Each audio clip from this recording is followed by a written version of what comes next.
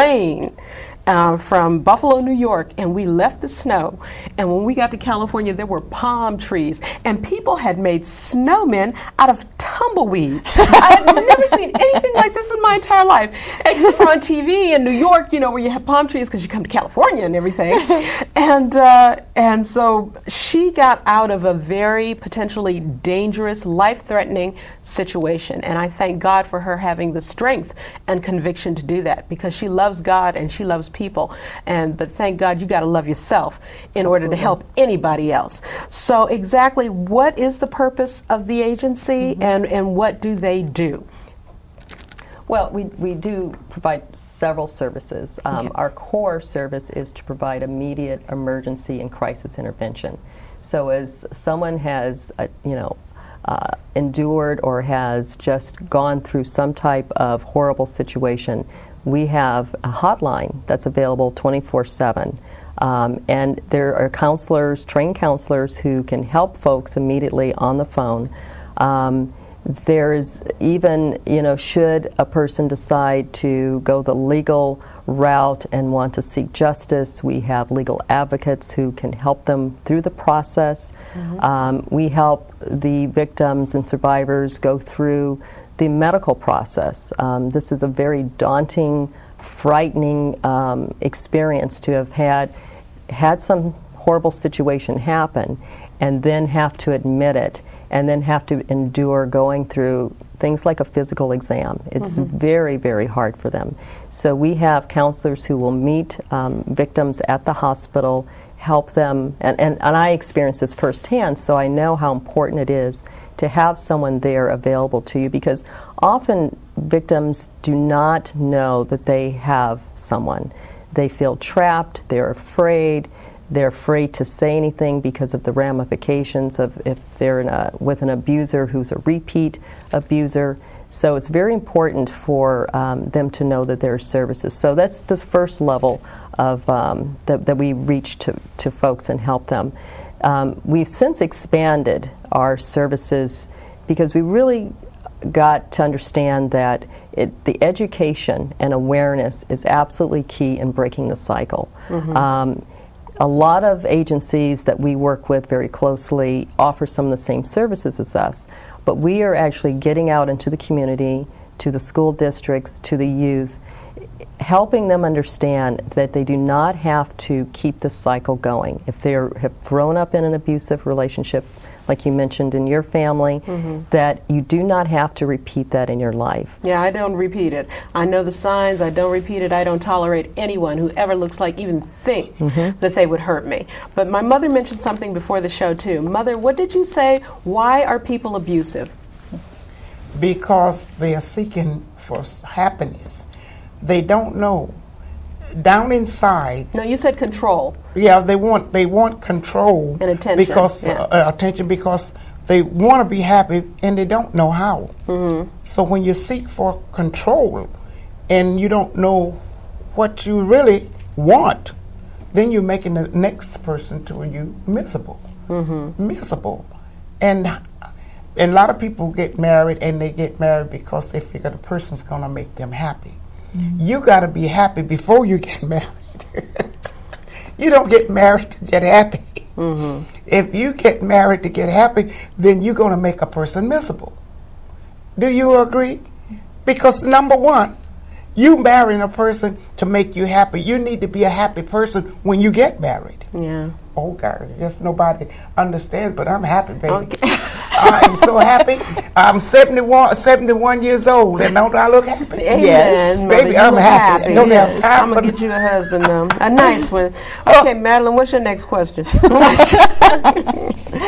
So you're a board member with it, and tell me what you're doing as a board member. What do the board members do with them? I'm actually in, I believe it's my 8th year as a board member, and the responsibilities of the board member are very diverse, but primarily we are responsible for helping to bring public awareness through our contacts, whether they be corporations or through private citizens. But awareness and education is one thing about to bring to light the myths regarding sexual assault and abuse, how it could be addressed. But probably our biggest role with the agency, next to helping to provide direction, setting strategic goals, and helping to achieve those for the agency, is funding. As you know, with the budget cuts and with the various around the world disasters, the funding is become very diluted. And so we are responsible for ensuring that we meet our financial fund goals so that we can keep the services operating and to serve the people who call us. So do you give them like a safe haven? I mean, they call you, and then is there a place where they can go and stay and get out of their house or their home or whatever they're doing? And how do you qualify for that? We don't have we have referral services to safe havens. Okay. We are the initial point of contact when someone is a victim and a survivor and they are seeking help. So we do not have, for example, any type of shelters. That's part of our strategic goal down the road. But one that we just achieved was to get our own facility large enough to serve the community. We were really outgrown the site in downtown, where we literally had survivors and their children coming in, sitting on the floor with their children, and we very tight quarters. And now we've since moved into a new location where we have a space where the children can play while the survivors and victims are getting help and getting counseling and so forth. So we don't provide the shelter side of it, but it's everything leading up to it, as well as all the legal services as well.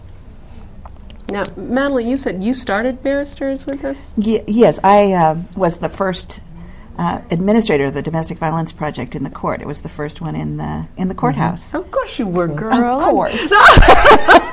And we were the Domestic Violence Project for the LA County Bar was one that was really instrumental in getting a lot of the laws changed, and we were helping many people every day in Department 8. And what's amazing is men and women. It's not just women that are domestic violence victims. Absolutely. We have seen an increase not only in the youth community, but as well in with men calling the helpline, which we are excited about because we want to be able to help all of the community. This is not about just women. Right. It's about women, children, and men, or anyone who is a victim of abuse. So our doors are open to everyone. And you had mentioned about having been involved with the first domestic violence.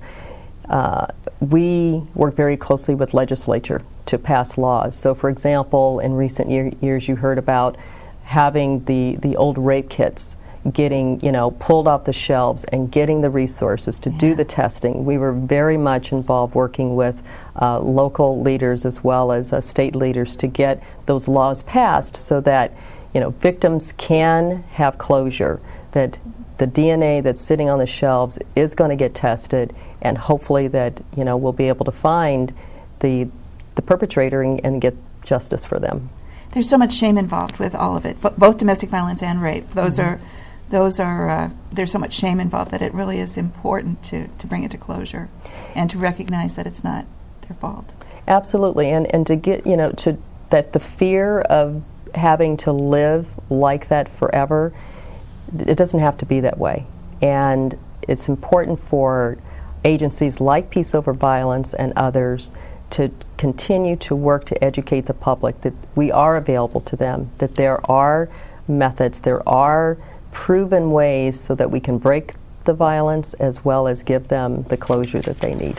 What are some signs that you can look for? I mean, this week in the news, there was a killing in Hawaiian Gardens where this young man went, and I don't mean to make light of it, but it was a Richard Pryor joke. Why'd you have to kill everybody in the house? I mean, this young man showed up and he shot and killed his fiance, or who was his former fiance, and he shot and killed her parents. There was a brother. I mean, this is ridiculous, but what are some of the signs that you're dealing with someone who might be that unstable? The very first thing is control. When they are trying to control you in the most, minute way in your life, keeping you away from family and friends, separating you, telling you what you can and cannot do. I mean, those are usually signs that lead up to some of the more